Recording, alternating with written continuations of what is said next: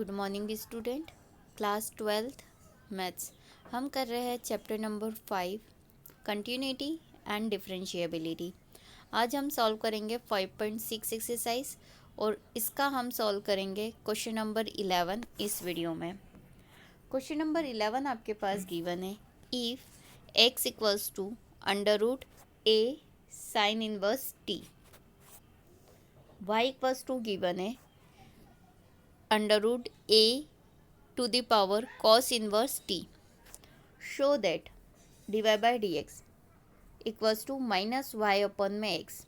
या हो सकता है वो बोल देते क्वेश्चन में find the value of dy by dx, लेकिन उन्होंने बोला show that. It means find तो आपको dy by dx ही करना है, लेकिन वो कितना आना चाहिए, माइनस वाई अपन में x। क्लियर है, मतलब हमें ये प्रूफ करना है, राइट। फाइंड तो वही करना है dy by dx, लेकिन ये ही लेकर आना है dy by dx। क्लियर। तो देखिए d y by d x find करने के लिए एक्स का फंक्शन आपको काय में गिवन है, टी में।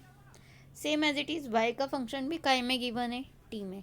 तो हम क्या करेंगे, दोनों फंक्शंस, इट मीन्स दोनों इक्वेशन का क्या करेंगे, डिफ्रेंशिएट। लेकिन किसके रिस्पेक्ट में, इंडिविजुअली टी के रिस्पेक्ट में। मतलब एक्स का भी हम टी के रिस्पेक्ट में डिफ्रेंशिएट करेंगे d x by d t, y का भी हम डिफ्रेंशिएट करेंगे टी के रिस्पेक्ट में d y by d t. Clear, अलग अलग। तो सबसे पहले आइए हम डिफ्रेंशिएट करते हैं एक्स का, राइट। देखिए given x equals to given है अंडर रूट में a sine inverse t, right. अब ये काई में है, अंडर रूट में। क्लियर।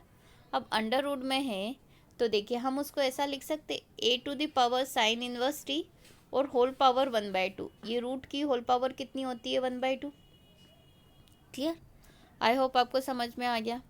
अब देखिए a to the power x हो और ये स्क्वायर, तो हम इसको ऐसा लिख सकते हैं 2x। मल्टी पावर का पावर में क्या होता है, मल्टीप्लाई। तो सेम एज इट इज़ 1/2 का मल्टीप्लाई हो गया साइन इनवर्स टी में। क्लियर।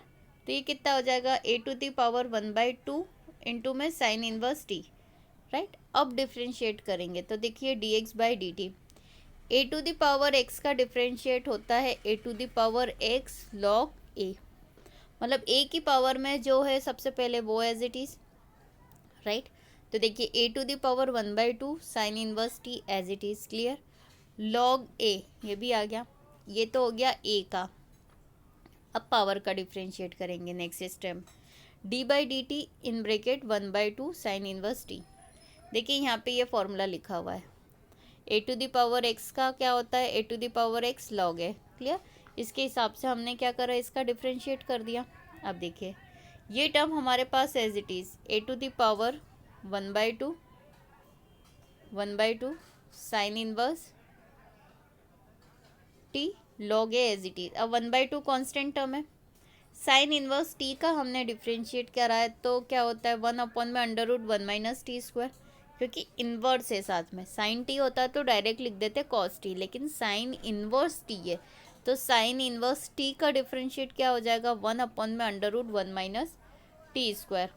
क्लियर। ये हो जाएगा आपका final d x by d t. मिल गया आपको, ये मिल गया आपको d x by d t, right. अब हमारे पास x को मिल गया d x by d t, अब हम फाइंड करेंगे y को, राइट। तो देखिए again given y equals to क्या गिवन है, under root a to the power cos inverse t, same as it is. अब हम क्या करेंगे, रूट हटाएंगे तो होल पावर कितनी हो जाएगी, 1/2। मतलब a की पावर है कॉस इनवर्स टी, इसकी होल पावर हो जाएगी 1/2। पावर और पावर का मल्टीप्लाई करा, कितना हो जाएगा, a to the power 1/2 cos inverse t, right. मतलब फंक्शन ये मिल गया। अब जाके हम क्या करेंगे, डिफ्रेंशिएट। तो d y by d t, y का कितना हो जाएगा, d y by d t, क्योंकि टी के रिस्पेक्ट में कर रहे। और अभी मैंने बताया था a to the power x का करते हैं तो क्या होता है, a to the power x log है। तो एज इट इज़ ए की पावर में जो है वो फंक्शन हमने एज इट इज़ लिखा, a to the power 1/2 cos inverse t. फिर क्या हो गया, लॉग ए का हो गया। अब हम किसका करेंगे, डिफ्रेंशिएट पावर का। तो ये लिखा हमने d by d t in bracket 1/2 cos inverse t, right. अब देखिए ए की पावर 1/2 कॉस इनवर्स टी हमने एज इट इज़ लिख दिया, log a as it is लिख दिया। 1/2 कांस्टेंट टर्म है और कॉस इनवर्स टी का कितना हो जाएगा -1/में √1 - t², राइट। ये क्या हो गया कॉस इनवर्स टी का डिफरेंशिएट। तो ये फाइनली वैल्यू किसकी मिल गई हमें dy/dt की मिल गई फाइनल वैल्यू। अब आपके पास ये वाले इसमें है dx/dt की वैल्यू है, यहाँ वैल्यू है dy/dt की, दोनों वैल्यू मिल गई।